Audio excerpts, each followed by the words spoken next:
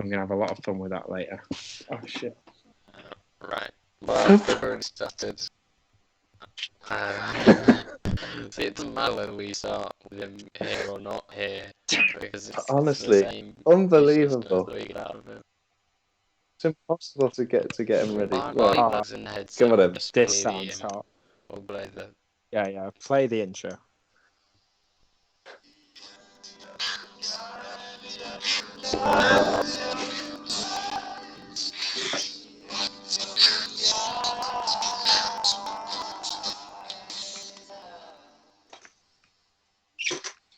Woo! It's a bit of a mellow, There we go. mellow theme. Yeah. We did mention, yeah, it just doesn't sound like a YouTube intro at all, That's but all it's right. there. That's all good. It sounds more like an outro. Oh, it does. We'll use it for the outro. Oh yeah, I should It's say alright, it was my it's first alright. time listening. But I mean, good work, Joe. Yeah, I should Oh, give you shit. Thanks, praise. Barry, mate. Yeah. I already gave him the Sack that up immediately. But that last thing. That's right. I appreciate, the critical review, but it can be used elsewhere. I thought It's it was fine. enjoyable on Yeah. the ears, though, at least. Anyway, the viewers probably don't care for us to ramble on too much about your music. Yeah. So, how have you guys been Right. this week? I've been. Oh, that's sick.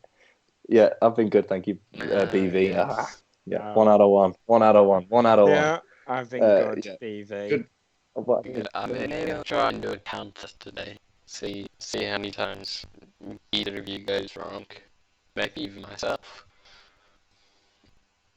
I mean, technically, then Joe interrupted me the same as I did to him because we spoke at the same time. So, Oh no. No. It's a BV counter. 2 out of 2. What's that face for? Is that what Yeah, I know it's a BV counter, but I don't get the relevance of what you just said. No, you. Anyway, I think- we're on air. People don't care Yeah. about this. We're on air. Let's God.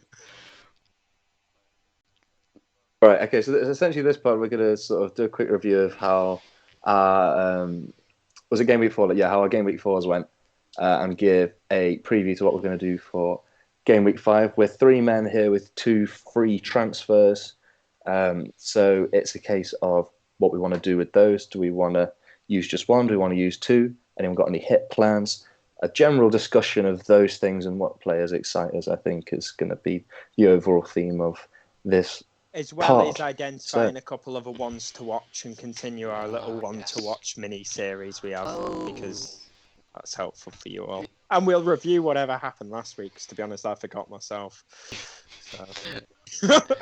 Wait, we had eye test ones to watch and differentials of the week, didn't we? Oh yeah, we had so much to delve into. Yeah. Oh, I just remembered I picked Trent. Oh, I'm kidding. Once again, I did the worst game week performance. It's not a good omen, but but I'm crushing that. Yeah, Anyway. it was a double shame seeing Trent do well this week, thinking, man, I picked him last week and this week he bangs in the 17 winner, and then realising, oh crap, and then Dan picked him this week. It wasn't even just like he did. Anyway, we'll come back to that at the end. Right now, shall we? Oh wait, to be fair, it was Click and Collect that had the best week this week. So shall we go with BV because he does feel like he did the best this week. He deserves it. Change. Because to be fair, that's quite a nice reward because most of the viewers, you should get more viewing time. So the player who does the best should go first. So take the floor, BV. Do you want to share your screen? So I actually can't share you my screen because I'm showing it to the video. I can only share it one or the other. Oh, but the viewers can. The viewers can see my screen. That's okay. We don't care about this. Let me just run through. So yes, I got 78 points. A game week rank of 1.4 mil, and that entailed a 2-pointer from Ramsdale, lovely. A 1-pointer from Cancelo. A 17-pointer from Trent, a 9-pointer from Robertson, 7-pointer from James, and 5-pointer from Cucurella. Then my 3 in midfield, Gross was, other than just the template boys, actually my highest scoring player of 11 points. Captain Salah returned 6. Martinelli just with the 2, Haaland with the 17, and Jesus with the 1. Which I'm actually happy about. I know she got 0. But yes, that is my team. Oh, so I'm going to ask you a question. Do you think is your best moment of this weekend of action? What's your most proudest moment of this game week? Because I don't know what my ownership of the players are, but presume Gross is my differential. So, I mean, the 11 point Gross carried me this week. I mean, he carried me last week with his 6-pointer. What was the reason you brought him in, by the way, above the other options in that midfield pack? I just saw that he was playing further ahead this season and McAllister was further back. And to be honest, I have a thing for guys that are offense.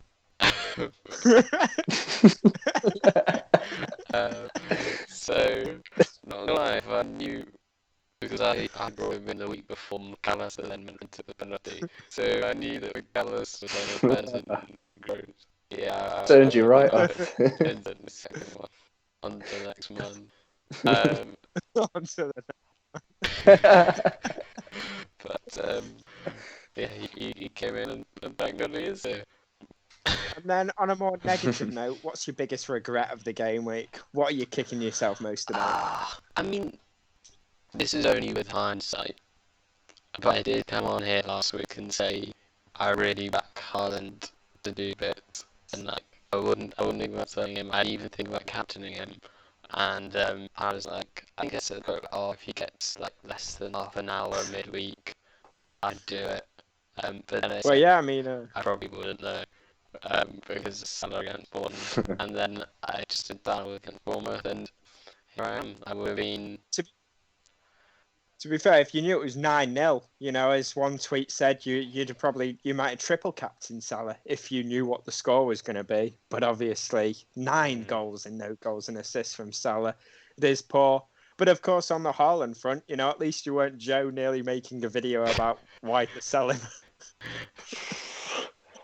To be fair, that didn't end up being as terrible as it looked like it might have been. Obviously, with Kane getting a 10-pointer and being, one penalty save away from getting a hat-trick himself. So it might not have been too disastrous in the end. But no, I mean, Haaland getting a hat-trick obviously proved me wrong. Why I thought Palace would, do quite well in the game, and they did. They were 2-0 up at half-time. But City rallied well. The next year, what was it? 0.2. Their total match. Yeah, what was and. They were 2-0 up. Don't matter how you score them. But no, yeah, fair play. I wouldn't mind going back to Gross though. Actually, because there's some more to talk about him. I think in that game, what was it? Leeds. He should have got more, man. Like he took a beautiful set piece, which Webster somehow stuck wide from about 7 yards out. That's an extra, assist for him. He did some more. I think he had another chance where he sort of ran in at the near post and he put it just wide. Gross is a great asset, man. I'm loving having Gross. It's very exciting. And his fixtures are good. Staying on the Gross topic, as we are, there's a very good chance I will actually now go in for Gross. I'll get more on my transfers like when we get to me. But I actually had 9 in myself, and for the past couple game weeks, he's been on my one-to-watch list. Because the thing with Gross is he's always done well for like XG, XA.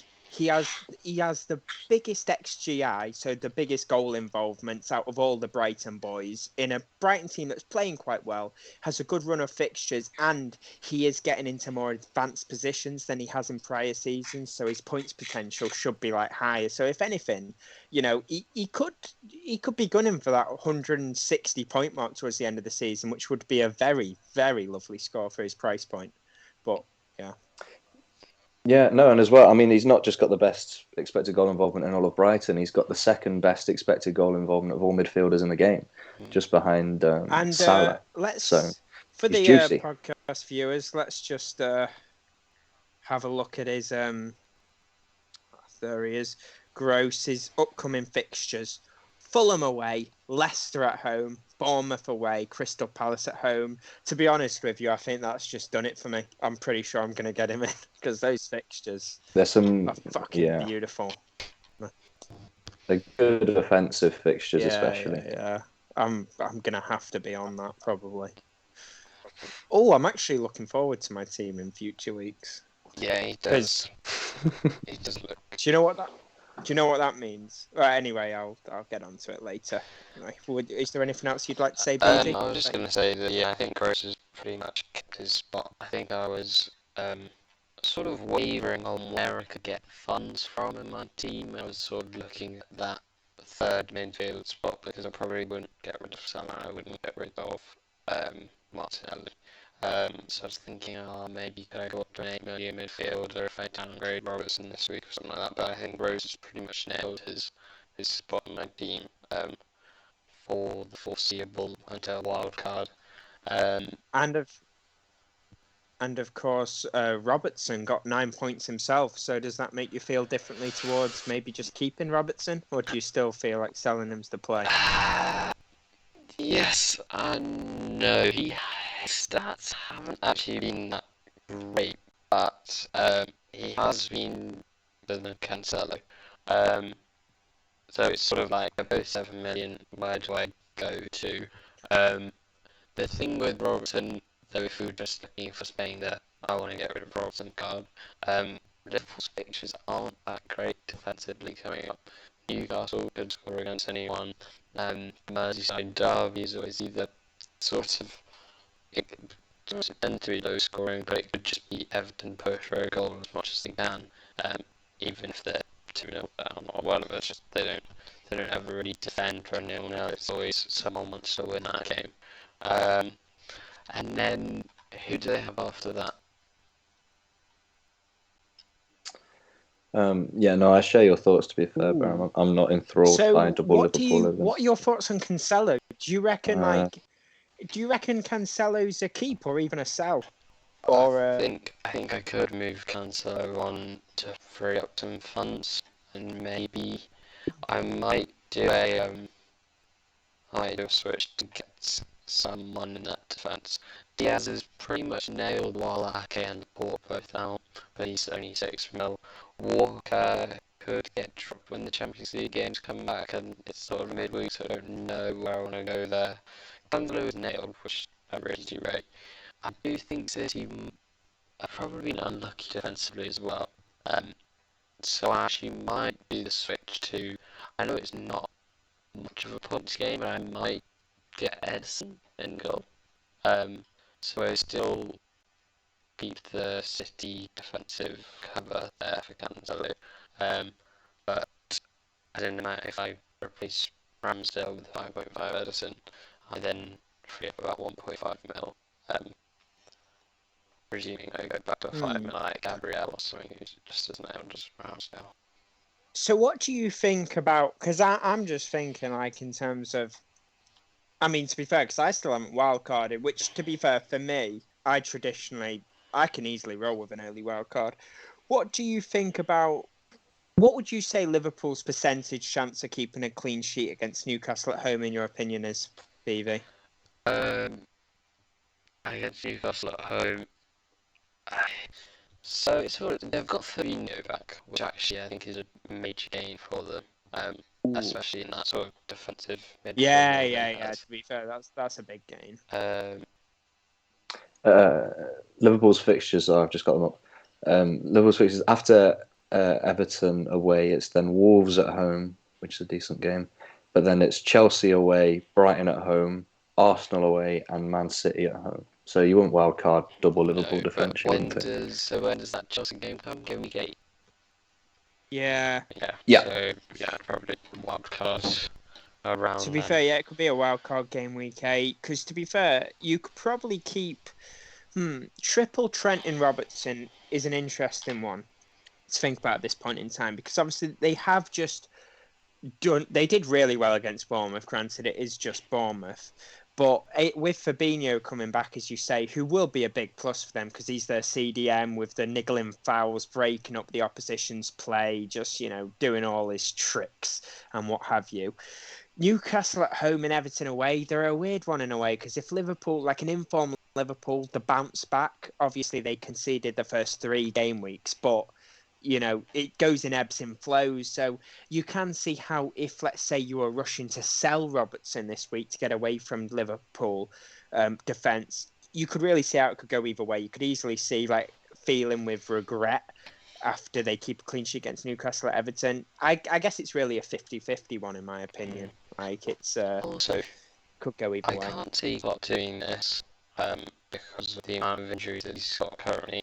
But Tim Bastard come on and get 2 assists.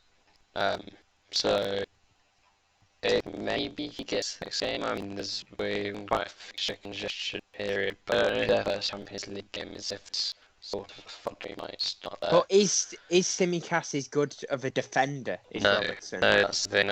While there's a defensive hold, I don't think. I just think. Obviously, it's really good your fullbacks getting attacking returns, but Robbo did get an assist, and I think, Klopp, Newcastle at home and Everton away being the Merseyside derby, Newcastle at home, Newcastle being a good side. Klopp needs to start especially with the start to the season they had, Klopp needs to start his best possible 11. He just needs to. So I just don't see how he can 6.5. 6.5. Yeah, but Klopp's not going to win games of football if he doesn't have fit players on the pitch. I think Tsimikas has pulled up with 2 assists. He's shown that he's willing to rotate Robbo for Tsimikas. I feel like Tsimikas starts in the Champions League group game, surely, because there's a little more leeway. Depends what that game is. Yeah, I think that's what our first game is. Let's look it up. I'll be 2 seconds. Now, their first game is Napoli. Away. They're away at Napoli. Surely if you're Klopp, though, you start Tsimikas against Napoli rather than at Newcastle at home in the league, because they desperately need the points in the league. I don't know if you start. We don't know the mind of Klopp. Tsimikas away at Napoli. That's quite an intense game. But what I'm saying is you definitely don't start him at Newcastle at home in the league. Like, if you were to pick one, you'd pick Napoli away, I reckon. Well, then before Napoli. Is Everton before Napoli? No, maybe he started with Everton. He didn't see Everton as a big club. Well, they are quite shit, to be fair. It's like he hasn't got the same attraction to that game that the fans have. Yeah. It's like the fans only started Origi rather than like the front 3. I mean, obviously that's done Origi well, but that isn't like he's keen for it. He had Joe Gomez in that game last season, I think. Right back to Trent. No, ultimately, right, the reason why you'd get rid of Robbo this week is we've got 2 free transfers and we need somewhere to free up the money. We're all happy with most of us are happy with our midfielders and our attackers. We're all keeping Trent. We're all keeping, Danny don't have Reece James, but Cancelo's got Nottingham Forest at home. Robertson's a good place to get that money from because attacking threat hasn't been very good. We've all got Trent for the Liverpool cover. And Newcastle's not a great game. Everton's not a great game. So getting rid of Robbo, I don't think is too contentious. I think that's the reason why we're all thinking of doing it and getting our money from that. I mean, Reece James, so I'm looking at the defensive options. So is it not going to get rid of Trent? I looked at Cancelo as a potential to buy funds. Robbo is a potential to buy funds. Reece James, they're worth mentioning the other 2. Reece James, there's no way I would get rid of Reece James even when he's playing right centre back in a sort of shaky Chelsea team. I don't want the job up that I've got, but think about it, he got 7 points while conceding a goal and playing right centre back. Robertson got 9 points for keeping the clean sheet and an assist. James at 6 million is just incredible. He's just a bonus sponsor, he just gets everything goes through it. Hit the post as well. Ooh. I've just thought of something for my we're not on me yet, but we're on the topic of James, because to be fair, I'll just say this then. I might actually bring in James this game week, to be fair. I think he's got some real value. He's Southampton away. What is good for Chelsea defensively is that Kovacic might return. The only thing I would say is that the reason that Tuchel has been starting Ruben Loftus-Cheek is because of he was high in the air, so Kovacic isn't going to solve that. But at the same time, there's probably going to be a shake-up somewhere because Gallagher's red card. So if Koulibaly returns, maybe if Fofana then comes into the squad immediately, Reece James gets pushed up to right wing back. But yeah, with Fofana coming, then Reece James is completely not in my team because there's no reason for him to start right centre back. Tuchel's also blocked the transfer for Chalobah to go to Inter Milan, so he's keen on having backup in that position as well. So that means we've got Trent Chalobah, Aspilicueta, Thiago Silva, Koulibaly, and that can play in the three. There's someone else, isn't there? Have you got that? I don't know if this is. Have you still got Colwell? Is he in the fray? No, we gave him in the in Cucurella transfer. Well, Cucurella would put that to back if Chilwell went to returns. Yeah. So Reece James is his best used at right wing back in that. And Southampton away, that's a good game for the next fixture. Southampton away is a good game. They did look threatening against United, to be honest. Yeah. Chelsea can score goals against Southampton away. Like there's I think that's why Reece James is decent because he's got his attacking threat in that game. I'm not even sure, but it might have even been the game that Mount was against when he got like 19 points towards the end of last season. But I'm not sure. Yeah, he scored from outside the box against Southampton. I don't know. He scored again in the game. I got an assist in that game. But yeah, James, he's. I honestly, it's interesting how James isn't in my team. It seems like because obviously his effective ownership is quite like high. I mean, I don't know. It seems like an interesting, probably because Chelsea had like a bad pre-season, but it seems like an interesting decision not to have James because he's looking quite good for his money. And with the effective ownership, it's almost like a needless risk to not have him because there's pretty low upside to not having him because at the very least he's going to do okay. He's not going to do bad. He's either going to do good or he's going to do okay. And the person that you're picking is either going to do good, okay, or bad. So it just seems like a needless risk. Yeah. Yeah, I mean, even when Robertson's priced at 7 mil, and I'd say he's like half the asset that Reece James is. Yeah. I might actually sell Robbo for Reece James. Now, of course, like that might mean something else when we get onto it. What would that free up? Like 0.8 mil. What would you use that? We'll get to it. Yeah, we'll get to it. Look at that. Can we? Oh, sorry. Go I was ahead, going to Didi. say lastly, if you would double Chelsea different, what do you recommend there? Oh, people like you. I don't know what to do. The Cucurella isn't. There's no reason to get rid. Cucurella is certainly not an essential. He's definitely not a buy-in. I don't know if he's like a avoid or get rid, but he's definitely not a buy. Not if you have James. Like yeah, he's decent. Maybe to be fair, when is Chilwell going to be fully fit? Unknown, but with the games that are coming in quick succession, I don't know. I still think Cucurella will play quite a bit there because Chilwell won't be able to. Yeah, I reckon if you've got double, keep Cucurella for now, but just be mindful that you're probably going to have to transfer him on in like not that many games in the near future. But for now, he's solid. I don't know if that's necessarily true. I think the reason why Cucurella is playing ahead of Chilwell, I know there's some fitness issues with Chilwell, but a lot of it was Tuchel just saying that Cucurella's just a bit sharper in game moments, like his rhythm's there.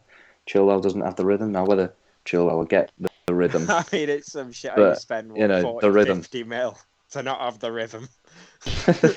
But I think just at the moment, I mean, Tuchel just prefers Cucurella right now. I think it was to do with how Chilwell's returning from that ACL injury and been out for a year, and whereas Cucurella's been playing consistently. So that's why, people will jump Cucurella because, basically, Chilwell's not fit enough, but fit enough mentally and physically as a combination. So it's Cucurella for now until further notice. Yeah. Yeah. Do we I mean, think- what are you saying? Would you say because my verdict on Cucurella would be he's a keep, but he's not a buy. What would you boys say? to be honest, Yeah. mm, There's better options than him at his price point, and lower than him there's better I options. think But I think if you've got him, the- there's a do you Even think get a the Rico 1 Henry. Do you think the 1-0 for James is worth it over Cucurella? Oh, James is just gold. I say that as a guy who doesn't own him, but I mean, this week it was 1-0 equaling 2 points difference. That's a difficult question, to be fair. BV. I think James is probably more explosive. But yeah, we'll see over a period of time whether Cucurella can match him or better him. Or yeah, that's tough. I'd rather have James because in a few for an extra mil. weeks, Chelsea have Fulham away. Notoriously, in my box, not a defensive red fixture, but it is good attacking wise. So, Just something I think at the moment, I don't know if you guys will agree with me, but money isn't that tight. I feel like I quite like a few cheaper options. Oh, to be fair, So I don't mind Reece James for that extra mil, just because he'll get more points. to be fair, I actually agree with Joe here because I mean on Doherty, I've burnt 0.3 mil alone, and I feel like in a regular season I'd be more annoyed with that. But luckily, there are quite a few attractive, cheaper options, certainly in the midfield. I feel like we're spoiled for choice in that 6 to 7 mil, like under 7 mil. Midfielders under 7 mil, there's a tantalising amount of choice, which is perfect. Speaking from a guy who's burnt about 0.5 mil. I slightly disagree, to be honest. I feel like I'm looking to free up funds, and every time I look, I can't free up enough funds for what I want. It's because I sort of want the more talismanic players than the 5.5 millers. I sort of want And the penalty boys. Yeah, basically. That's one of the penalty boys. I want to basically switch to a formation of 4-3-3, or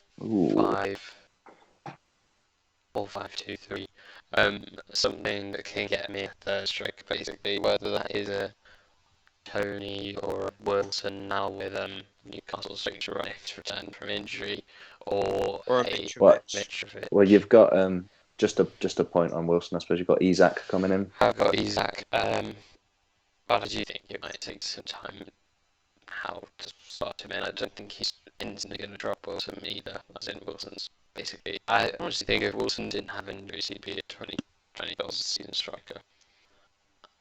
He's quite good. Yeah. I do see, yes, I sort of want to, or even whether it's just in midfield. Basically, there's a lot of people around the 7 mil price mark, which I think is quite nice. Like a Zaha, all these. Zaha is quite nice. All these players. I actually really like the look of Zaha. I think he's real nice. I mean, probably because I have Eze, and I actually don't mind him. And Zaha's he's the talisman. I feel like the thing with these mid-table teams is the talisman can be really attractive. I know Crystal Palace don't necessarily have amazing fixtures, though the fixtures do get better in the near future now that they've over the hump of the Arsenal, Liverpool, and City. And the thing with like a mid-table team is when they go into a good fixture run, you know someone's going to score goals, and these teams usually do have that talismanic figure who will be between 7 mil and 8 mil, whether it's like Zaha's or I know Ismail Nassar was one for I do think... or Mitrovic for Fulham, or Abantoni for Brentford. There we go. So what do you think about Mitrovic currently because of his sort of pretty crap fixtures that are coming up? I know he just returned against Arsenal, but so we've got Brighton next, and Brighton have, is it 3 out of 4 clean sheets now? Yeah, Brighton are doing well. That's not a nice game. Then they've got Tottenham away, then they've got Chelsea at home.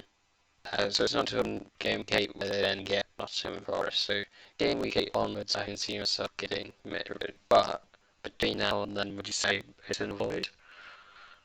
Yeah. Between now and then, there's no reason that you should be But going do you not, with so them. you go fixture over form rather than form over fixture?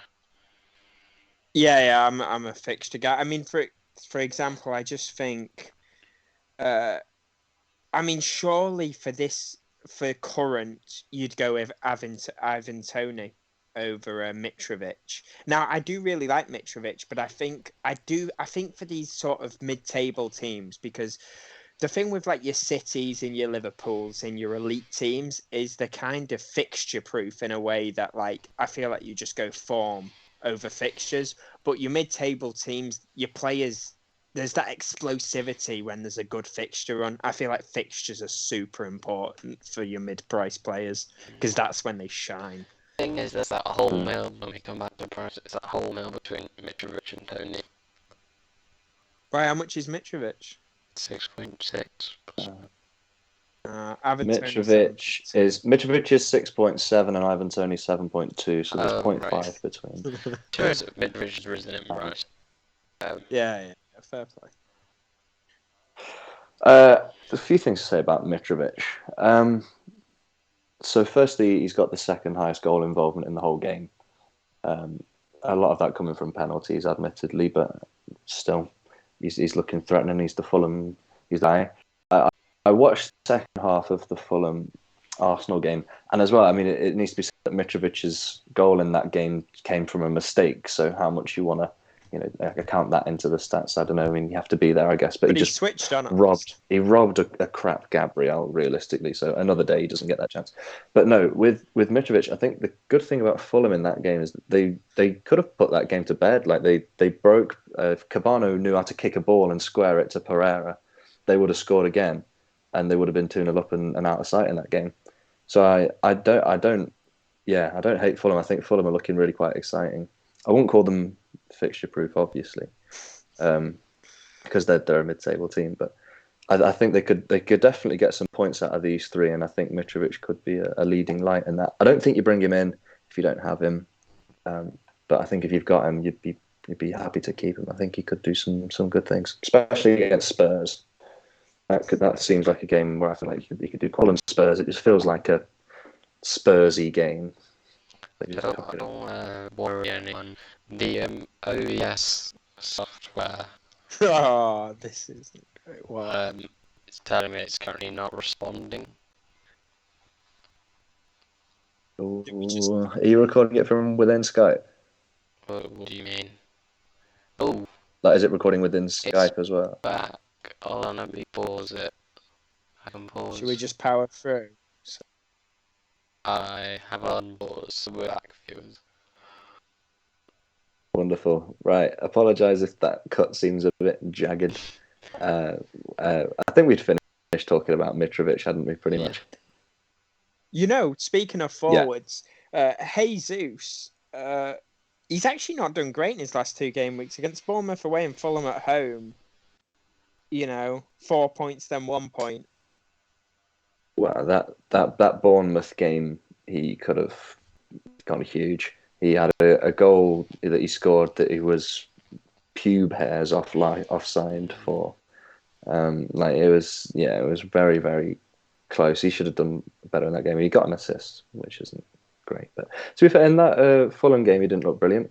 He did only get 1 point. So I mean, maybe that's a sign of things to come. But probably just one game. I mean, you can forgive him. He did get a 19-pointer a couple of weeks ago. So he's definitely a hold as far as I'm concerned.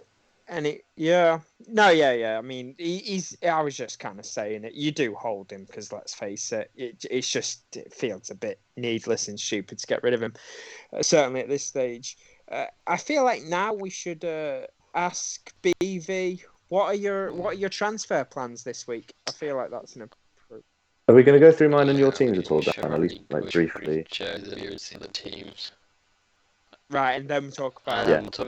Well, actually, we don't. Transfer discussion. I have no idea what to do. Yeah. Well, I actually have somewhat of an idea. Okay, so I'm going to stop showing my team.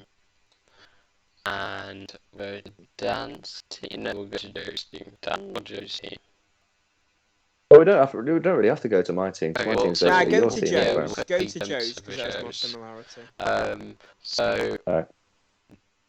yes, so for the podcast series, the only difference between Joe's team and my team is Cucurella versus Rodrigo. Yeah, and obviously Cucurella got, what did he get? 5 points this week to Rodrigo's What's 2. the difference in bench players then? Because obviously that's a different formation. It's exactly the same, I think, isn't it? No, Oh, no, it because can't be. Cucurella's defender and Rodrigo's Yeah. midfielder. Well, my transfer last week was Archer to Stansfield. So I've got Stansfield, Neco Williams, and Andreas Pereira with Ward in goal. I've got Ward in goal. Obviously, I benched midfielder because I'm playing 4-2, so I benched Liam Barley, Andreas Pereira, and Yeah. I can't pronounce his name. My 4.5 striker. Derefazoglu or whatever it is. Yeah, he's down there.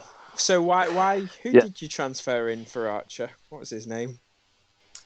Some bloke called Stansfield who plays for Stansfield. Fulham, That's rather. exciting. Why did you choose Stansfield? Well, essentially, what I had last week, Dan, was I had 2 transfers in the bank and nothing to do with them. I mean, obviously, I was debating Kane for a little while. But the fuck came when you have Stansfield? Well, I was debating the Haaland-Kane switch, and I eventually landed on sticking with Haaland.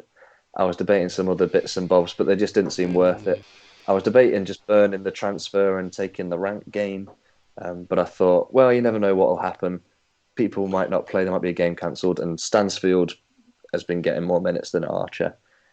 So I just did the sideways transfer. Who does Stansfield between play for? Fulham. He started their last game and got an assist. Is he a winger or something? He's a forward. Yeah. They brought him off the bench in the last game. Mitrovic or something in that last game against whoever it was. He's probably a lamb or a ram. Yeah, I think he rammed. He came on at ram, I think.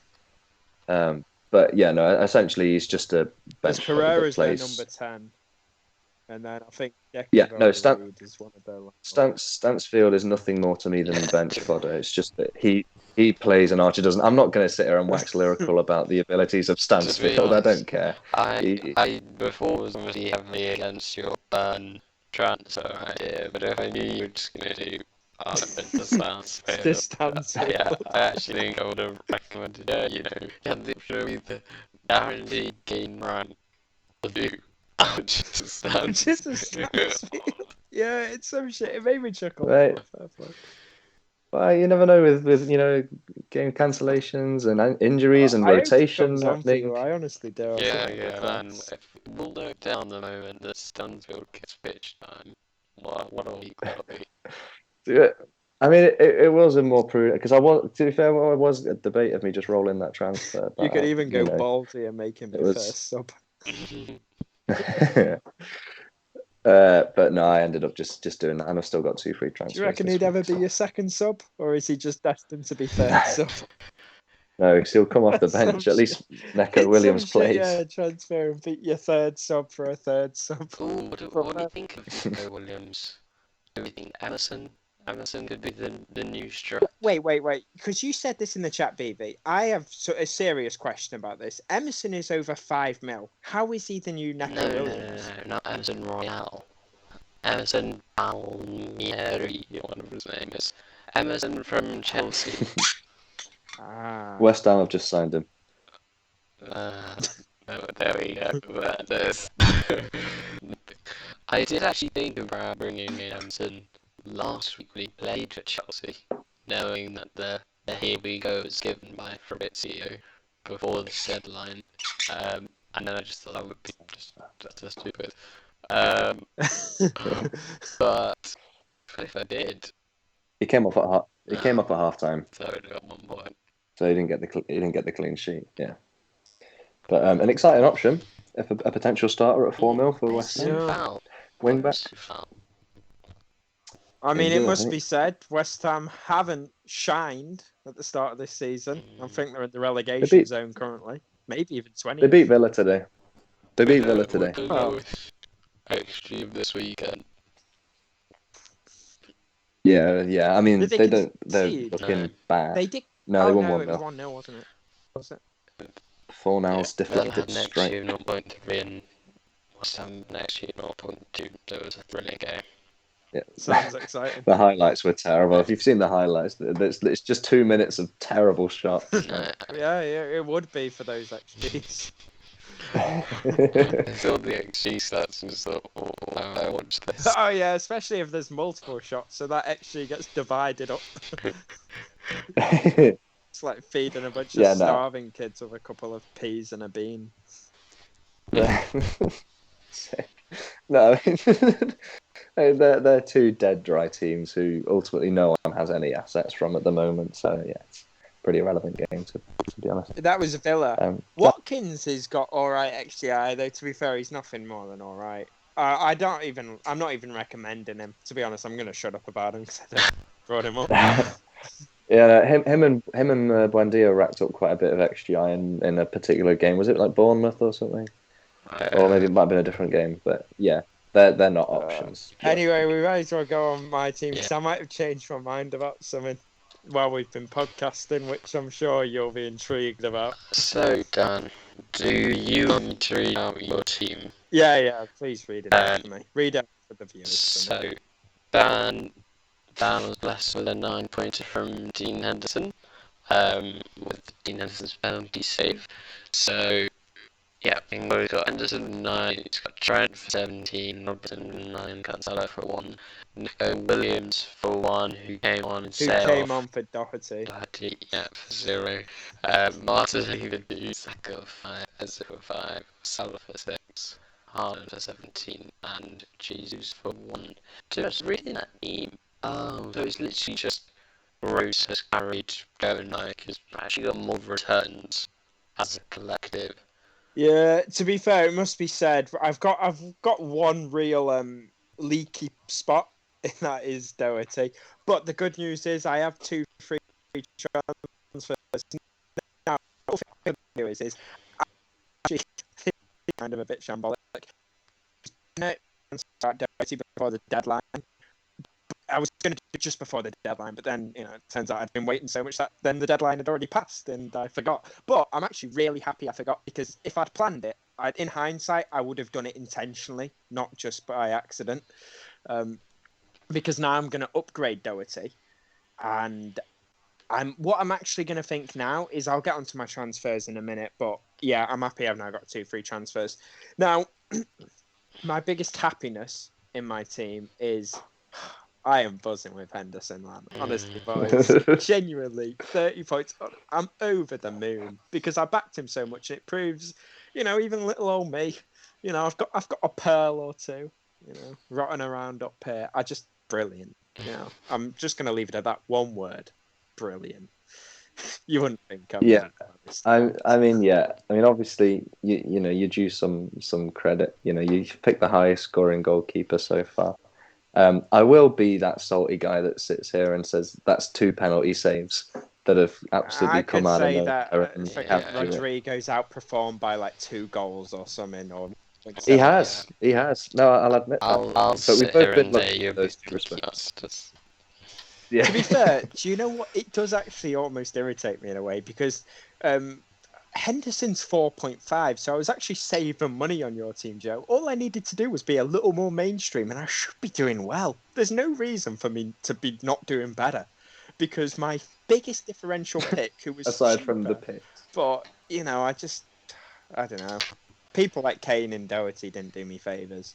I mean, Saka, you got 8 million. Do you want to know one thing? I'm going to say something controversial now because I thought of my potential transfers. I was thinking of maybe getting rid of Saka, but for this next game, because I might wildcard soon on the horizon. But I could potentially, it'll be a big moment for the All-Stars 11 because we'll get rid of Doherty. He's a virus. I could get rid of Robertson and Doherty for James and Perisic. Oh, are the Champions League group games yet? When do they come around? Soon. There's 3 Premier League games in a week. Because I'm gonna have to do some thinking about Perisic because I really, really like him, but I can't sit here and say rotation isn't a risk. I mean, there's a guy called Paul who does great predicted lineups. I don't have to say he's up. He's got 11 out of 11 4 weeks in a row. I think he is the staff doctor or staff something, a player liaison for Spurs. Yeah. So he's got a semi-close link. He just does I think it's the hashtag Monday prediction or Monday something. And yeah, he works up these. Surprised he's not been fired. Yeah, Nice he job. just works up these predicted lineups. And they're the exact lineups. Yeah, I mean, people were on this from Gameweek 1. I've seen them each week, and I still bought Dudley, even though I just thought, oh, what else is this guy doing? And here we are, 4 weeks down, he knows everything. What are your boys' thoughts on Perisic? I do think he'll be rotated soon, surely. Yeah, he's a poison chalice. I can't get Perisic. I'm gonna have I to. think you just take the rotation No. on the chin. Yeah. He's exciting. You know, he tickles your lips and your tongue, and you know it's one of them.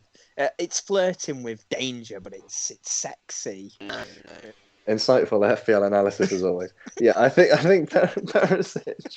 Perisic is a decent option. I think you take the rough with the smooth because he has got a big haul in him. Yeah, and he did get a big haul this weekend. Because with them, like the penalty, Perisic would have got the assist for that one, and as well, that ball that he put in for the assist. Kane was right behind the handballer, ready to head that in as well. Like, yeah, Perisic, very lovely asset. Because to be fair, I'm thinking about it. Yeah, because that's the thing. Liverpool at Newcastle at home.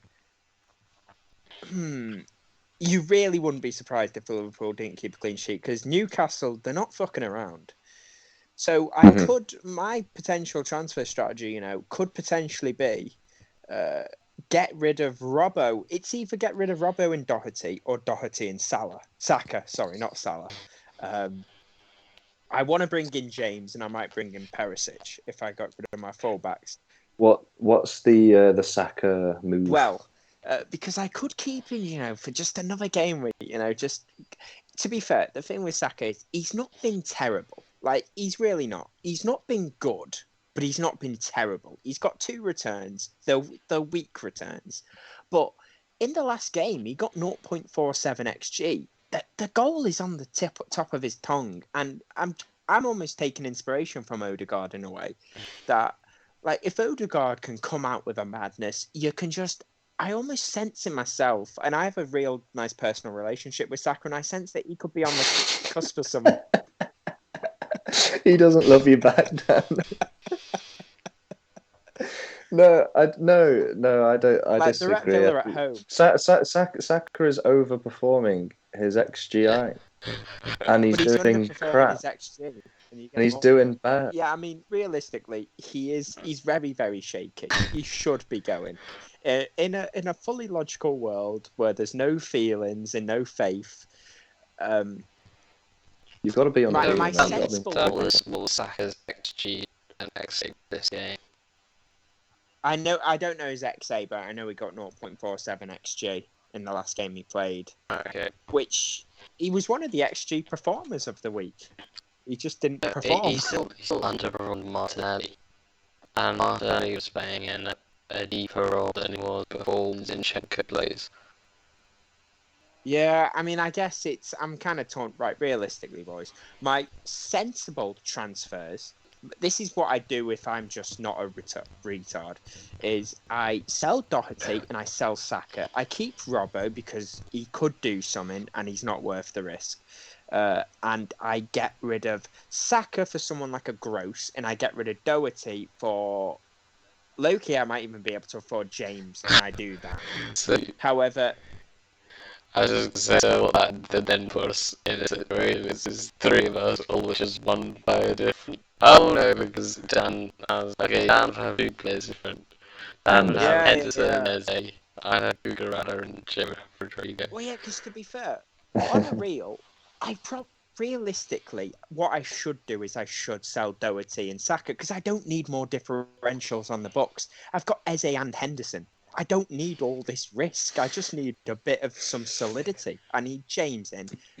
I'm definitely going to transfer James in, and then I'm going to get rid of one of Saka or Robbo. Saka makes more sense, and then Gross. I think Gross is excellent value. So realistically, what I should do, if I'm not a twat, is that's not a great word for the PG audience, I sell Doherty for James and I sell Saka for Gross. Anyway. Yeah, they're Would two good you moves. consider taking the -4? Because I presume how much does that free up in funds for you? No. Because if I'm freeing up, no, because Saka is 7.9 mil. Leaves you about a mil. Yeah. So if I went Gross is only 5.6, 5.7. So I definitely have the numbers. If I was getting out Robertson and Doherty for that and keeping Saka another week, admittedly probably isn't as smart, but You could. I'd need to do that tonight. The mill would be quite nice if you then let down next week, bring in Trippier after this Liverpool game because Newcastle for sure is great. That's great after this. That actually segues me onto my transfer. Yeah, if you don't go for it. Yeah, mind. go on, Joe. Take the floor. Smashing. Right, okay. Well, as you can probably guess by that segue, Trippier's in my transfer plans this week. So essentially, I've got a bit of an issue. There's a lot of thoughts bobbling around my head with my transfers this week. One constant that I have is that I really want to exploit the good attacking fixtures that Leeds have coming up. So they've got Everton at home this week, Brentford away the week after, which is okay, but I'd probably bench the guy I'm going to bring in for this. And then the game after that, they've got Forest, who don't look great. So I'm thinking of bringing in Aaronson, maybe Harrison, for Andreas Pereira from my bench. And obviously I need a bit of money to do that. And so I'd go down from Robertson to a Trippier. So what that would leave me with is I'd have Trippier on the bench this week against Liverpool, and I'd play either Aaronson or Harrison against Everton this week, which I think is pretty tasty. Then next week I'd play Trippier. He's got a good game next week. I've forgotten who exactly it is, and I'd bench Aaronson or Harrison. And then going into game week 8, I'm toying with the idea of a bench boost game week 8. There's some nice little picks in and around there. I like Mitrovic for that game, so he's got Forest. Pereira's a good bench boost option, I think. I actually quite like Pereira. Well, I'm getting rid of Pereira personally. Yeah. No, I think that game week 8 looks like a nice place to exploit that. But that's some preliminary thinking. But no, anyway, Aaronson or Harrison rotates quite nicely with Trippier over the next coming weeks, essentially, is what I'm trying to say. So that's what I'm currently thinking. But there's different things bouncing around. I mean, if I go Robertson down to Estepinian from Brighton, he's another guy that I quite like. How much is he? Estepinian's 4.5 at Brighton, and he's starting at left back. Yeah, he's starting at left back now, and he produced quite a lot of XGI in their last game. He's playing quite advanced, which is obviously nice. Yeah, I can afford then to go from Stansfield up to Ivan Toney if I want to. I could do that in 2 So are moves you this thinking week. of getting rid of Robbo this week? Do you reckon that's pretty nailed on? Yeah, because that's where I get my money from. He's the only person in my team that I want to downgrade. Not for this week. He's got Forest. I mean, I could do Cancelo to Walker, because that's fine. But Walker might get rotated. I'm more of a fan of Trippier, and I want to keep some City defence, so I'll probably keep Cancelo. It's an option. Cancelo I could get rid, but I back them more to clean sheet against Forest than I do Robbo against Newcastle. Cancelo's got a lower XGI than Diaz, and that's the centre back. Yeah. No, yeah. Cancelo is a definitely on my sell at some point list, but I think for the shorter term he'll probably outscore Robbo. So I'll get rid of Robbo for now.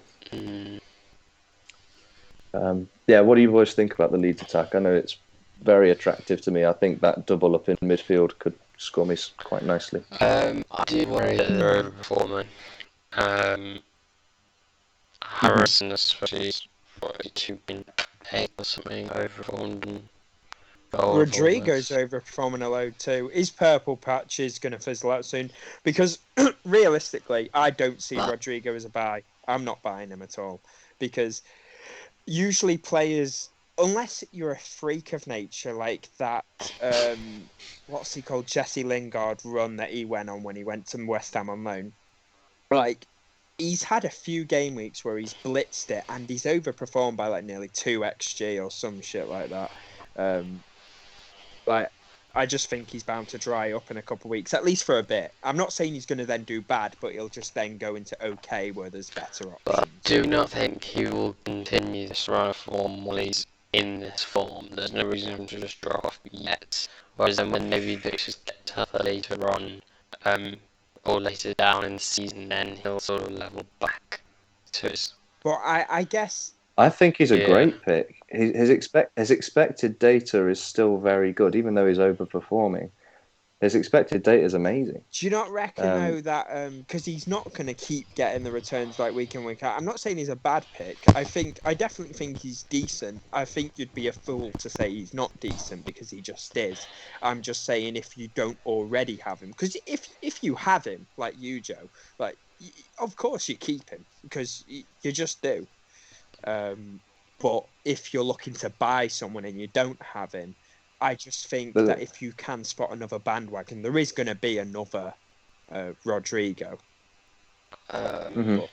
Yeah, no, I mean, I think you bring in Gross before you bring in Rodrigo, but because I know that's sort of a half angle of what you're on about there, Dan. You think? Yeah, like, I do like the look of Gross, for example.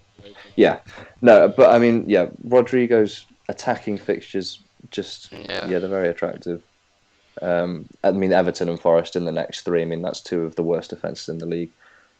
Anyway. I mean, obviously, I low-key back Forest, which I guess changes it. Because obviously... They did also concede twice. Yeah. Conceded a penalty. But to be fair, it was Spurs. Spurs are good. It was Spurs. Spurs are a 2 xg team.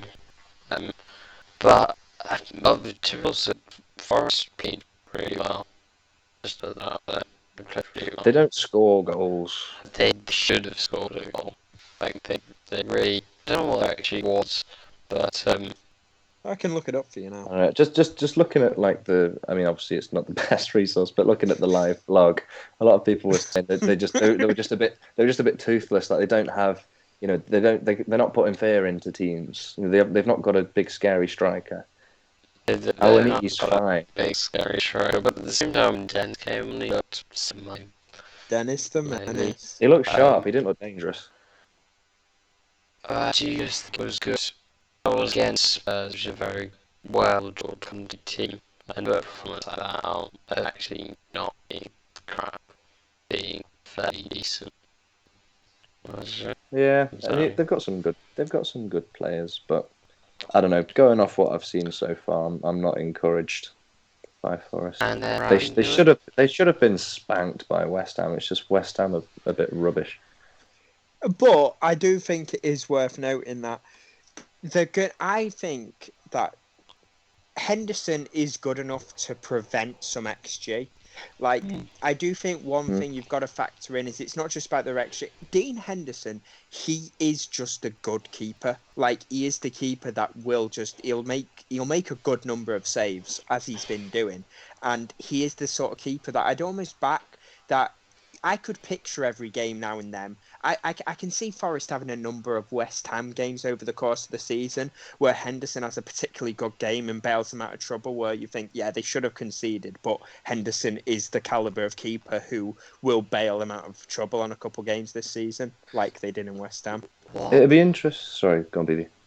What Henderson sort of reminds me is Martinez in that breakout season without clean sheets. He's got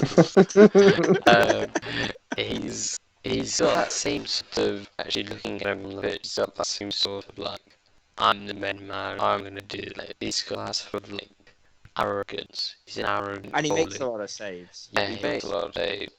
In the many chances running, but surely this would go. And then Edison was there. It wasn't like a worldly saver. I think he was there. Made himself big. Yeah. But I also kind of liked how he wore a cap, or a baseball cap. I just thought, what's it called? Is that turn you on as well, Barry? Yeah. Yeah. Imagine if Imagine if he was on someone pens. lines up to take a penalty, puts their cap on. Oh. So he has saved 2 pens, basically 1 pence.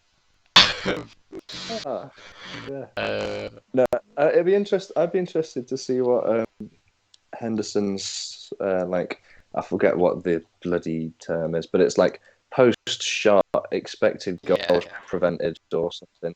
I'd be interested to see how well he's done on that in the past, whether he does earn the right to be an elite keeper or whether this is a flash in the pan. 2 penalty save, actually, it's quite cunning. Yeah, I mean that's. I don't know. I don't know what to make of those penalties. I mean, firstly, he's had 2 penalties against him, which is more than most keepers. I think it's more than all keepers have had so far this season. So he's had that opportunity more. And as well with Kane, I feel like Kane was a special case because he sort of chatted to Kane after the game and was like, "Yeah, I mean, I knew you were going to go that way." That's the Kane penalty, is the left hand smash. So I don't know. I don't know if he's just going to keep doing it. He's not going to get as many penalties. Maybe he will get penalties. Imagine if he does. Forest are terrible. So They're just everyone attacks against them. He might. You never know. I mean, I'm not going to comment on this. Maybe he's currently in that. I sent you that stat. I feel like he's currently in that vibe, but like, well, I'm going to save this. That is my moment to shine. Whereas other keepers are in that vibe, like, oh crap. Oh man, I'm going to get sick if I let this in. Like, that sort of downwards slump, where he's actually in quite an up phase. Yeah, no, I mean, out of the 5 penalties, sorry, just a quick stat now. Out of the 5 penalties he's conceded, the 5 penalties he's faced in the Premier League, he's only conceded 1. That's ridiculous. I mean, to be fair, it is some shit how, there's actually been numerous games this season where I thought, Henderson, I'm not feeling confident at all. Before West Ham, I was like, I mean, he's just not going to do anything, is he? And against Spurs, I'm like, oh, come on, he's going to get like 2 points. But, he's my set and forget. And so far, I can't complain, So, I'll just keep setting him and see what happens. I wonder if Gameweek 38 you'll still have Henderson. Oh, you best do. Well, I mean, you've got to stick with it. What I do is, right, I pick Henderson for the big picture because on any individual game week, I'll feel disappointment because I'll feel like, I mean, he's not going to do anything. But big picture-wise, I'll be like, he's got to do something. So. Wow. Great. And he's doing something. So. Talk about your transfers, BV. What are you thinking? I don't know what to do. So next week I want Trippier, or I want Nick Pope. Basically, I just want a Newcastle set. This week I could either do with Ivan Toney or Rodrigo. Basically, it's how I get there. Why Ivan Toney, my tale? Tony's been looking good. Yeah, he's a good player, man. He's got good fixtures too. Like, honestly, what I was saying is, I don't see why, if you're making a transfer now for a forward, surely you go Ivan Toney over Mitrovic. I mean, sure, if it's game week 8, I reckon you go Mitrovic because he looks real deadly, but he's not got a good few fixtures, whereas Toney does, and I don't know if Toney does. Brentford. What, you don't think Toney's been threatening? No, it does have that great fixture. He's got Palace, I think, this week, which is fine. Then has he got Leeds? Come on, Leeds. You can put goals past Leeds. Yeah. I know they are better, but you definitely can put goals past them. You can. He's a good option. He's not. I'm not putting him down as a buy immediately because his expected data is actually not. It's good. It's not great. He's got Palace, Leeds, Southampton, and then you make transfer to him to Mitrovic, who then has Yeah, I actually back that. I think That I actually think is quite nice. Yeah. if you've got a forward slot that you want to transfer, I actually think transferring him for Mitrovic for Crystal Palace, Leeds, Southampton, and then transferring to Ivan Toney, for Crystal Palace, Leeds, Southampton, and then you plan to transfer him out to then get Mitrovic game week 8. To be honest, that's quite a nice rotation. Otherwise, I'm gonna have to find 2 transfers down the line when it comes to the game week 8 because obviously I have to make a formation switch there to get that third. I won't have the funds at the time. I mean, to be fair, you probably just wildcard, don't you, game week 8? I might. Well, it depends. I mean, I'm just chatting a random game week because it's on the top of my tongue. I could easily wildcard earlier. Wait, so does Robbo to Trippier fund Deravazoglu to Tony? Yeah, let me look. Because I don't think that will unless you've got some funds in the bank. I don't think Yeah, it I don't did. think it will. You're gonna have to go down to like Estepinian or something probably, Yeah, it would probably be 4.5. or Fafana, Dunk, Dallo maybe. Dallo got an So, assist, yeah, didn't I he, have in to his go last to game? 4.5. Let's get Tony. Hmm. Which doesn't make a difference to me because anyway, I'd have to drop that spot to play Tony. As in, it doesn't make a difference. Oh. That's why I was looking at Emerson earlier last I week. see. Because it doesn't matter who I bring in because they're not going to make it on the 11. You guys thinking about when you might use your bench boost at all, or is that a later problem? I'll only introduce it until game. You only get one of them a season, don't you? So because it's not like a wild card. I just know in past I've always spent too long building up for it. I just want to get it out of the way.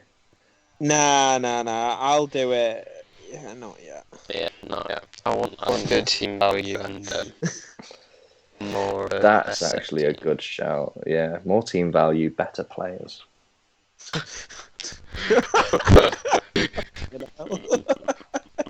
Right, why was that dumb then? Come on.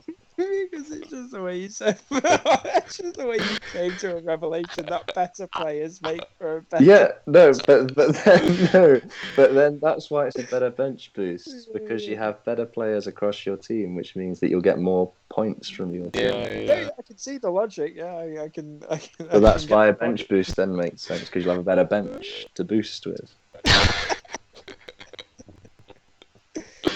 But you just instantly went off the red boost. You even back since game week 0 and you just like, no more you are, you're right. And you've got a good point, right? That's a good point. I might still do it. You've been playing with a bench boost for weeks, haven't you? Oh, I could have done it in game week 1. Yeah, I mean, I didn't in the end. But it's an option. I don't hate it. Might even. I mean, let's say that my team's in good shape up until sort of the World Cup, and I don't see a wild card being particularly useful. I could wild card 2 weeks before the World Cup, and then bench boost that week before the World Cup. That's pretty sexy as a bench boost. I heard someone mention that as a good tactic online, and I don't hate it because I've got to use that wild card one somewhere before the World Cup, and if my team's in decent shape, then where would I use it? I guess.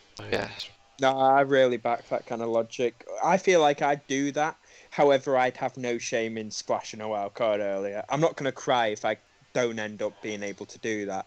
But if I am in a position where my team's looking all right and wild card just hasn't been what I've been using, then yeah, I'll definitely lean towards a strat like that, I reckon. Each week I've gone along and made a wild card team for myself. If I had limited transfers, what team would I make? I do that every day before the deadline, basically. So if I make that team and I just like it, I'm happy to press the button where I'm there. But if it feels like it's only like 4 transfers, then I will always postpone. Shall we move on to our little... Yes. Is it still non-premium King of the Game Week section? Yes. Let's review what the hell's happened last time. Can we get the league table up? Is it a spreadsheet? Can we... Are we going to get it on screen, or should I just pull it up? Yeah, pull it up. I can tell you. I know what we all got. Let's recap us and then tell us the cumulative points where we are or whatever. Just make it. You're sensible. Just give us a recap. Okay. So did Perisic get a 6-pointer today, or did he get any bonus at all? I think it was just 6. I'll just double check that quickly. He might have got a yellow card or something. He got 6 points today. Sound. Right, okay, so last week's picks, Dan went for Trent, who got a lovely 17-pointer. So well done, Dan. You've smashed the last 2 weeks, to be fair. Well played. Oh, do you know, Dan, you and me are on continual improvement. Admittedly, yours is more impressive. You've gone from 4 to 12 to 17, and I've gone 2, 4, 6. Yeah. So if I keep going, keep that trend up. Yeah, by the end of the season, I'll get 76. That means is you're just setting yourself up for a green arrow, because it's much easier for you to just make multiple back-to-back improvements, because I've got to beat 17 points. I'm already at the top. I'm not going to surpass. It's all downhill from here for you, man. I'm on the up. Yeah, I mean, if you guys know who you're going to pick for Gameweek 5? Wait, who did BV pick? Did you? Oh, sorry. Yeah, BV picked Gundogan, who got how many points did he get? Did he do anything in the end? He got a 4-pointer. Came on as a sub, but got an assist. And what cumulative points are we all on so far? So 3 games. BV is on 10, which is less than Zaha and Trent got. Just thought I'd point that out. I am on 12, which is the same as what Zaha got and less than what Trent got. And Dan is on 33.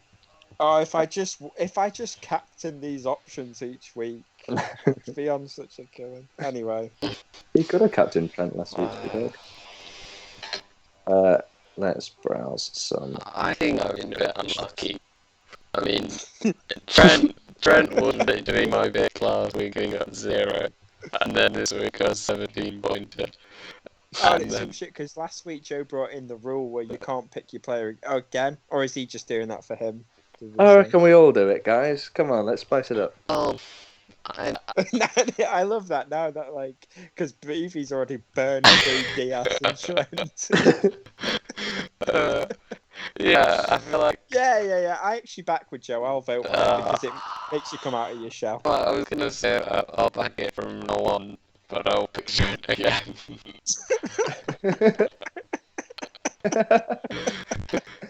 You're not having Trent again. You're not having Trent. I mean, it's too good. I was about to say, to a differential that we might be condoned. So I just keep on the pick again to Trent. Yeah, the power couple. Imagine if Gundogan was on pens, then you'd really fancy him. Yeah, I didn't want to say that earlier on. Yeah, the reason I really want Tony is because he's on pens as well. Oh, God. I feel like for you, you win a man in pens, it's like how, they say a woman loves a man in uniform. I feel like the equivalent for that in you is just a man on pens. I think my difference of the week. He might be premium, but he's so not premium. 10 million or more. That's the boundary. He's so not premium. Yeah, no. Bruno. Is it Sterling or something? Oh, Bruno. Are you mad? Are you on fucking spice?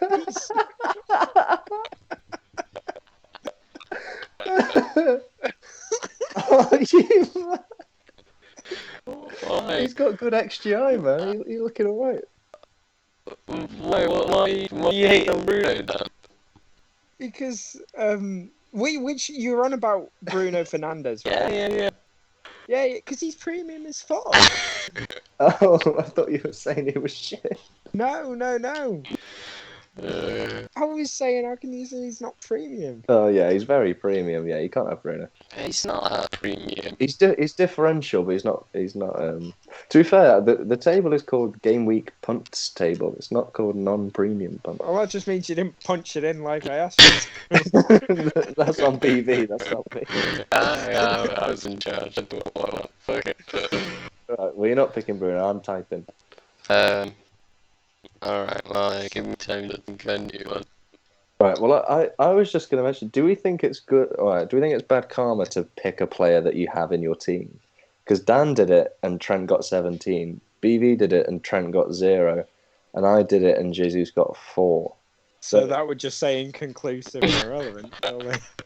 Yeah, but I don't know. It didn't work for me last time. It didn't work for BV last time, but it did work for you, Dan. I mean, it's only a small sample, so It is, but I mean, it is Yeah, also BS juju that we're dealing with.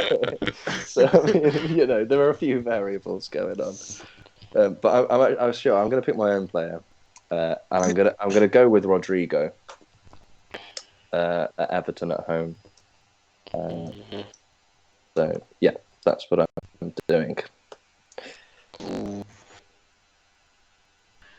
I might What go. I'm saying mate, don't put him down yet. What are your thoughts on Julian Alvarez City? could be good. He did cross my mind. It's just a question of minutes. Because the gap between the game City have and the previous game they've just had is 4 days. So Haaland could actually start first. Haaland could start and then start the Champions League game and skip the Villa game. That would be nice. Prefer Haaland captaincy shot this week. But he also might not play this week. What would Captain Salah against Liverpool? We never really did captains. A captain Salah against Newcastle. Sorry. Yeah. I probably wouldn't catch him against Liverpool. That'd be quite challenging. Yeah. Because I feel like you've got to stick with your boy. Because if you just don't captain Salah now, you're just setting yourself up to points dodge. Yeah, because he is a premium good. He's got good XGI. Yeah, but to be fair, in that City, it was Not a 3-3 defensively. thriller. I reckon Newcastle are a good team, so they will take the game to you. Which, to be fair, I don't want them to, thinking about how I probably will have Trent and Robbo. But you can score some goals.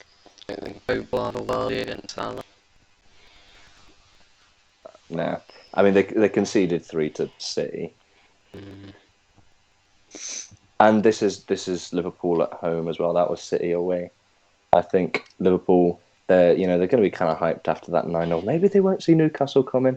I don't know. But I think the Klopp will be like, right, boys, well done. That's fine. Let's keep it up. They've got another home game. They'll be on a roll. I think they definitely score some goals in that game. They might concede. But I think Newcastle will do well to stop them scoring 2, 3, 4 goals. So Salah captain for me. I'm actually debating between 2 players, both of which are transfer targets of mine, which probably makes sense. I'm actually debating between Reece James against Southampton away or Pascal Gross away at Fulham. Weirdly, I was thinking Reece James as well. I'm not going to go for him though, so yours if you want to. Pascal Gross against Fulham away, Dan, that's your bread fixture. No, it's red defensively, not offensively. Is there much? Do you know what the offense is like? What is the defense for them like at home? Well, you can score against them, it's Fulham.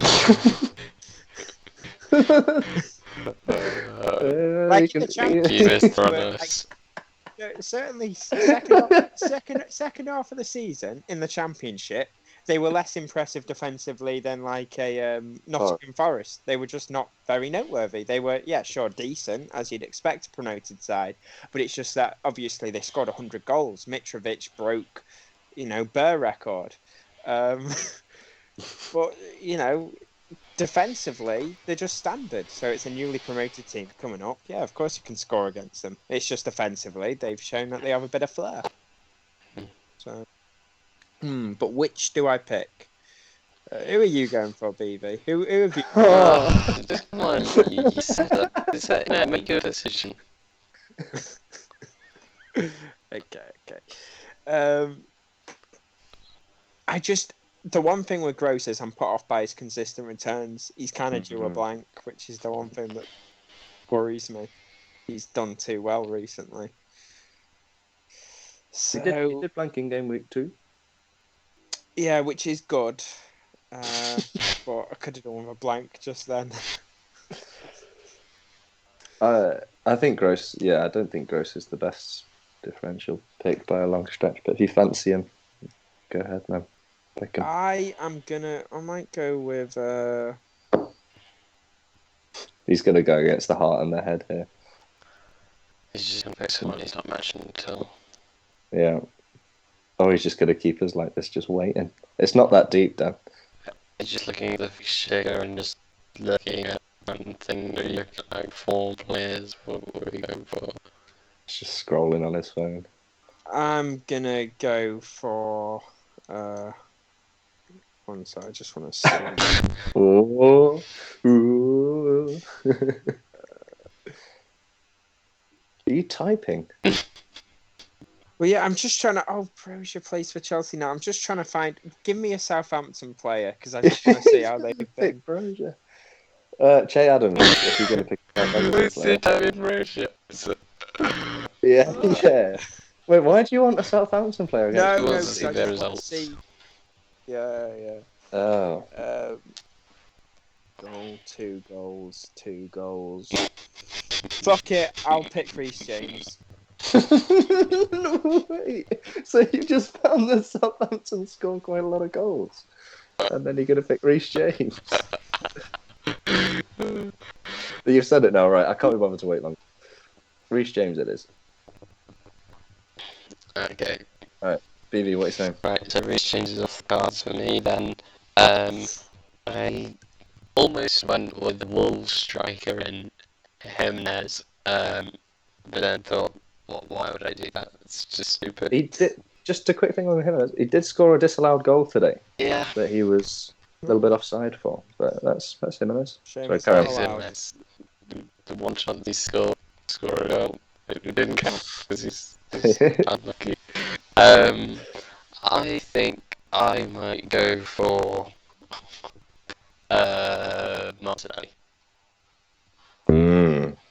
He did cross my mind.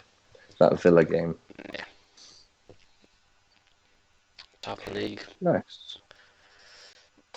And Villa very much looking nonplussed. Yeah, I don't mind that. Have they got 1 point, Villa? No, they beat someone, didn't they? They lost to Bournemouth on day one, but then they've definitely lost. They've lost 3 of their first 4. I don't know what happened in the other one. They won the game, I think. The second one was against Palace. I don't remember. I'll look it up. Yeah, what do you think then? Martinelli himself, do you think he's poised, particularly for Villa? Do you not fancy an Odegaard or a Saka? Could even be a Saka. I did think of Saka. Oh, you know what would be good to look at is the chance conceded down what flank. So this is like a nice little thing. So Villa have conceded the most chances down their right-hand side, which is Martinelli? Martinelli. I don't know whether that's There, if it's yeah, I their don't know if right it's hand their side right-hand side. or the Just attacking a team's right zone. Villa beat Everton in game week 2-1, by the way. But that's fucking Everton. I presume it's their right zone. So yeah, Martinelli. So yeah, if they concede a lot of chances from the right, then yeah, that would be Martinelli. And to be fair, the wingers switched for Arsenal. They did against Fulham. Martinelli moved to the right towards the end. Honestly, I could keep Saka. What? You even just said then he could be non-premium king of the game week. You just tickling my tongue. What? You're just giving a drug addict spice. No, I didn't. Dan. I didn't say that. Dan. So Yeah. Villa conceded 16 chances from their right side and 7 from their left. Oh, right side, yeah, that is Martinelli, innit? Yeah. But Villa are quite bad, to be fair. I mean, I don't. Saka, he's probably not a sell, to be honest. There's an argument for keeping him. Because realistically, I'm not taking a hit. So obviously we know Doherty's gone, and I'm getting funds from somewhere. My biggest remaining question is, I am selling one of Robertson or Saka this game week, the other of which will probably go next game week. Which player do I sell this week? Do I sell Robertson this week, or do I sell Saka this week? Go on, FPL experts. Humour me with your wisdom. Saka. Yeah. I think you just. Sorry, I think you just keep triple Arsenal though, and you just make the move to an Arsenal defender from Doherty. And you just splash your cash in. I'm unlikely to do that because I'm eyeing up Reece James. Oh, Reece James. Wait, what was the question again?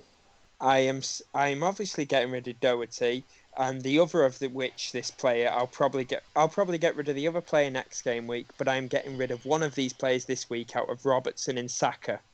Which one of them do I sell this week? This week. What's Eze's game? That's It's related. At home. Brentford. Brentford. Okay. I think Robbo goes. I think Saka is more likely to return than Robbo is. I still think you take a -4, to be honest, and just Yeah, but then -4 means I'm kind of you have to have confidence in the player you're bringing in for a -4. You're really speaking to Dan's more, what's the word I'm looking for? Dan likes to make transfers. I think if you encourage Dan to -4, I don't think it'll be too difficult to make. Well, usually I have taken hits sometimes, but I'm just not in the mood for a hit because Jeez. I need 6 points to make up for that shit, which is a return, and I don't have the pattern. If you went to Cucurella and I don't know, we'll just call it Trippier, basically 5 million defenders from the Doherty and Robbo, and then you sold Saka, you'd have like 10 mil. Go Raheem. Not that I'm doing any of that, but But you could go Bruno. I want Reece James. Bruno. Yeah. You could even go Haaland and Kane up front, maybe. I do want Reece James though, which is something we're neglecting. Why have Reece James when he can have Cucurella for $1 million less? Oh yeah, because that's the thing. I'd then in the end not bring in Reece James, and then I'd get even more fucking points on this fucking King of the Hill leaderboard. Yeah. I'm smashing it now. I've said Reece James, so let's fucking take the risk. If it doesn't do well, it doesn't. But let's stop picking players that perform that I don't. Yeah. Well, and this is when Dan has the worst game week, because obviously Reece James does super well. It's not in his team, he is in ours. Both show nicely. So just passes on. That's awful for me. If I don't bring in Reece James, what am I meant to fucking support for a player I don't have whose effective ownership quite against me? That's like backing like a friend to just shag your girlfriend. It's like how it's not a prediction you want to cheer on, is it? Yeah, my recommendation is Reece James, Aaronson and Bruno, if you can do that with the funds. I'm definitely yeah, there's not no way doing anyone that. wants to do that. It is worth a I shot. just wanted to throw something out there, just completely unopinionated. Yeah, I'll never get that time back that I spent listening to you say that. I mean, that's the crap. Is that why you'd bring in Bruno? Yeah. But Elanga's XGI has been pretty decent these last couple of games. He's 4.9 mil. He's got some. I mean, if Bruno was 8 mil, I could go for it potentially. But he's quite expensive. You have to because that's the thing. He's quite a fussy little bitch in a way. Because to bring him in, you have to restructure your whole team. It becomes the Bruno show just to get him in, and you just think it's too much. It's too much. He's not worth it. Everton have conceded 19 chances from their left-hand side. From that, I really want to figure out which side that is. So I think down their left back, Mikhalenko. So, Oh, so Saka would that have so much that's fun against them. Dan James. And James. Dan James. Or Sinisterra if they decide to play Sinisterra. But it could also be Uh, the other side. would be Harrison. Oh, this This is reminds me of Joe. the Job Pedro. Yeah, it's a bit useless when there's only two options it can be. And you don't know if you can't rule out either. We should have a Good Guy FPL Clips YouTube channel as well, where we just YouTube shorts. Yeah.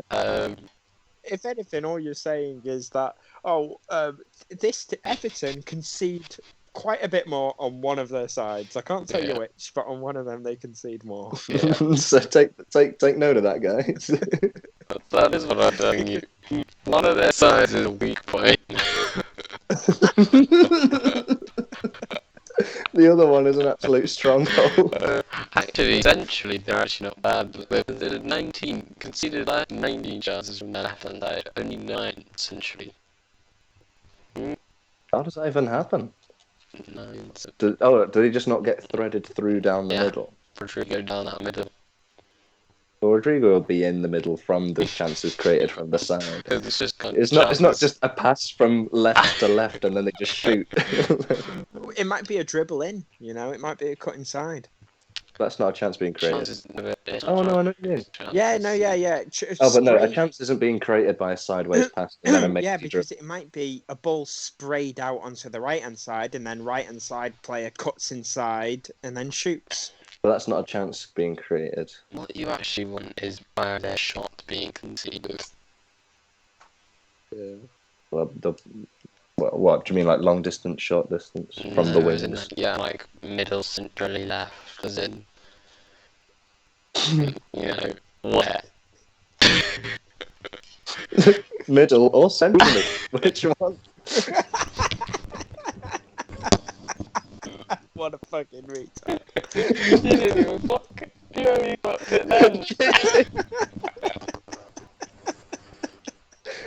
There's 3 options: middle, central, or left. Because fuck the right.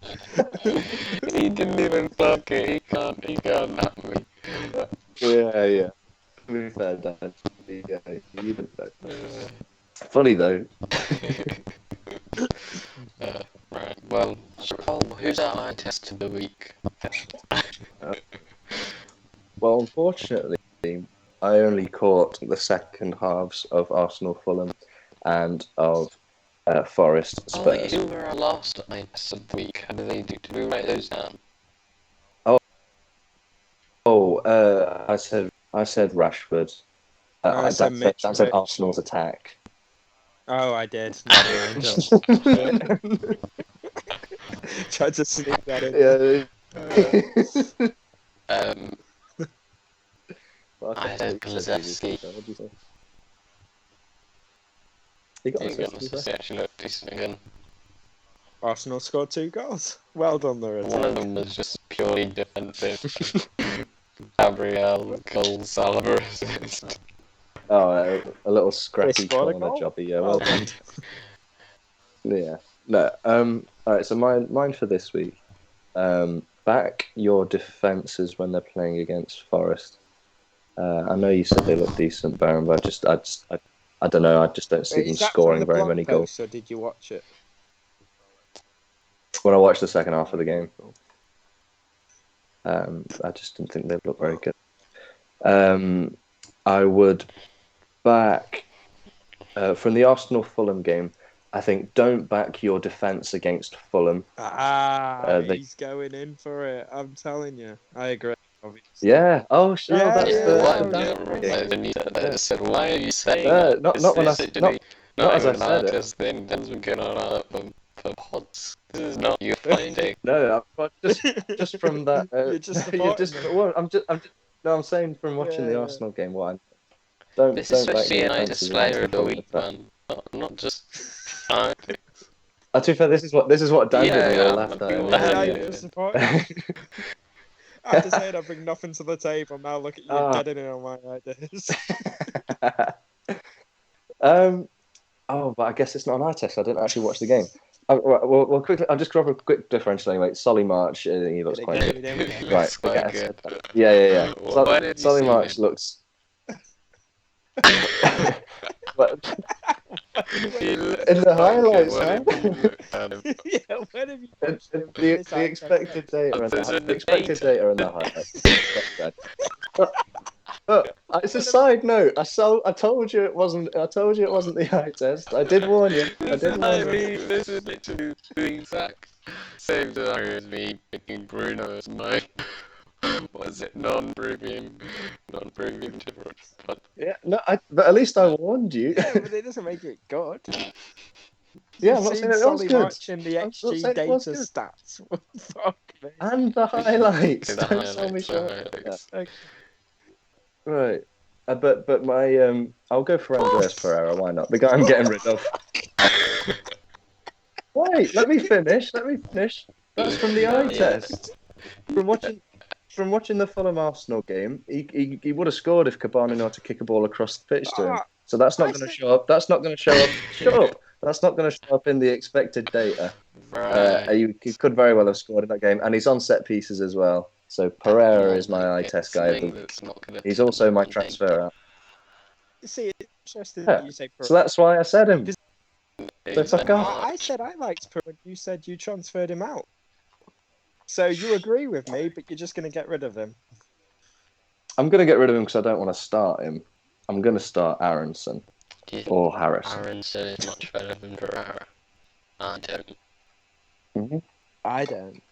Why For the don't- fixtures, What about Yeah, Dev? the fixtures. Aaronson's got Everton this week and then Forest in a couple of weeks. But Pereira on set pieces and Fulham are an attacking team. Well, so at least. Aaronson is also on set pieces. He's Aaronson and Harrison interchange. Now, my eye test player, it's kind of, it makes sense, but you're gonna say something, because with my like shift patterns, I'm not like seeing that many games. I've not had the opportunity to. However, I did watch the latter stages of the Man City game, and obviously from the eye test, I saw Haaland bag some goals. So from the eye test, I'm gonna say Haaland looks pretty good. Yeah. Lovely. We'll have to see Well, what that's interesting. We might get him. We might already own him. Yeah, If I did you've literally said two absolute template boys. Well, at least we don't play Pereira. Fine, so sure, you Which said means that we someone might that want everyone to has, now. but no one will play. And you they might said now. someone that everyone has, and everyone's going to play with or without your advice.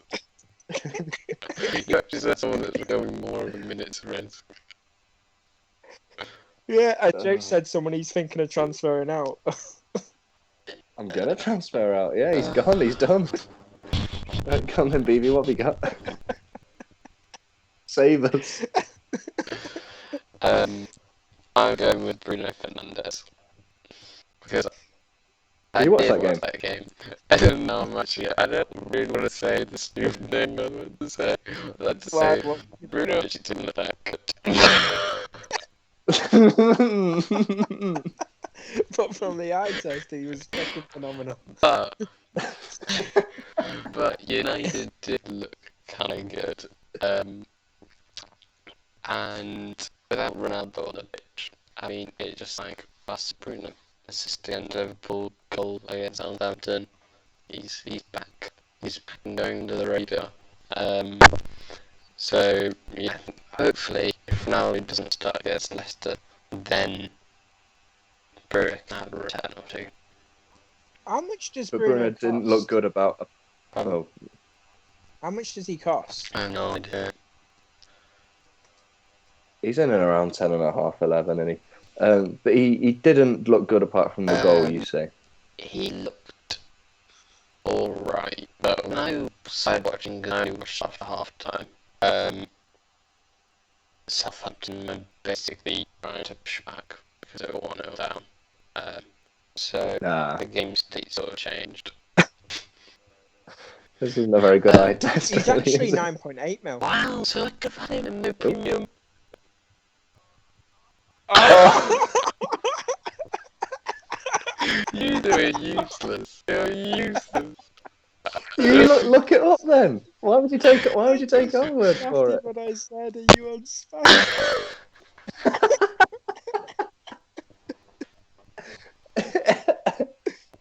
What do you say? What are you mental or something?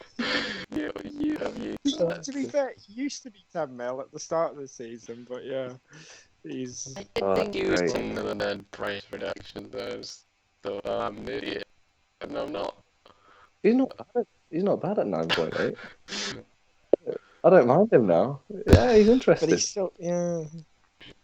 He is interesting, you gotta give him that. He's interesting. He's interesting.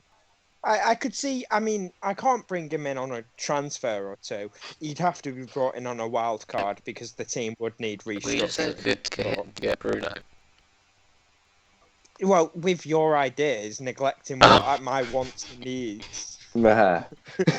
Consider I've been harping on about Reece No, James. you could- You you can't could- just neglect a man's needs. Surely, is it not possible to do Bruno and Reece James? Not without restructuring my No, team. no, no. which is In 3 transfers. In 3 transfers. Come on, Dan, get out your app, get out your app. Yeah, no, he's so Yeah, kind. If he does like Robertson to Estepinian, yeah, or to Estepinian even, and he does Saka down to Gross, he's got the money. No, because then. No, because Oh, you just go Saka straight. He Oh, wants Reece James. no, No, surely you could do Party to Reece James and then Robertson to 4 mil Messon and then like Saka to to a player who. Bruno. Saka. Yeah. Yeah, I just need this. I just need dead weight in my starting 11. Well, you don't. You play Carrera, who's pretty good. You play someone else.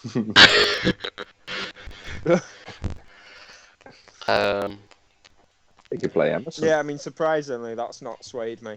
So my point's still Would it not sway you if I Ronaldo think, left?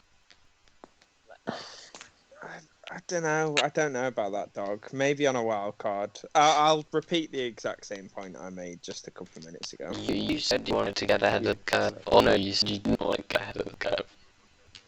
yeah. What? No, I want to get. No, you said you getting ahead of the curve is for losers. No. Yeah. No. Yeah, and I'm a loser. Yeah, I'm a loser. So I need to get ahead of the curve. Why do you want to be a loser? I don't, but that's just what I am. But getting ahead of the curve isn't for losers. Who told you that? Well, I'm gonna try and get ahead of the curve. Yeah, to become a winner. What? Yeah. So why can't a winner get ahead of the curve to I be see. more of They a can. winner? A winner is already ahead of the curve. Getting ahead of the curve is only for losers. Yeah. No. Yeah. No. Yeah, No. we're losers. We're losers. And we right, want to get whatever. ahead of the curve. Sure. Yeah. We're losers and we want to get Or ahead of the anyone who curve. wants to ahead of the curve. Yeah. It's like Joe, Time because to Joe's going to keep Rodrigo. Because of course he is. Because Rodrigo's just doing his thing. But I don't want Rodrigo because I can't just be with the curb. I need to be ahead of it too. So I'm a loser. That's why you're bringing in Gross, who I have. Yeah, but you've had him less time than... No, and Gross along the wider community is still only on like 11% ownership. So, yeah, fair play. I think with Bruno Fernandes, just to go back to where we started with this whole point, I think he needs to look a little bit more like his talismanic self to be Yeah, to more be fair, attractive to me. realistically, all I've heard is Boehm say he watched him play and he didn't look good. Yeah, I think that's it. That's it. He I think did not look he good. needs to pass the eye test. Yeah. How are you mentioning He it? scored a goal, but he did chin it, and so he scored it accidentally. Oh man! Scored. If he didn't score, you wouldn't be mentioning him. James will perhaps also look good, but James will perhaps always just somebody. And the guy that Yeah. did the overhead for God knows you've Southampton, mentioned I was going to say, I don't really remember his name. It could be Latvia, it could be something else. It Is it could be Lavia? him, it might not be him. Okay. That 4.5. Yeah, So it might not be. It might be. Might be John. Right. At least I can give a different answer on that. It might be him, but it is the person that did the overhead kick. I think. That's I think. all right. Oh, isn't that a Bella Kopchap guy? I know. What are the viewers gaining from this? Are they gaining any value from those? I almost don't want to promote No, this no, one no. either. Why? Because it's shit. It's I was shit. saying on the pod. Yeah, that's the way to end the podcast. Right. Well, on that note, should we end? Yeah, let's end. Oh, it's nearly 1 o'clock. Oh, Right, yeah. hell. Let's Right. wrap it up. I'm sorry, bye. Right, see ya. And thanks for watching. That's not much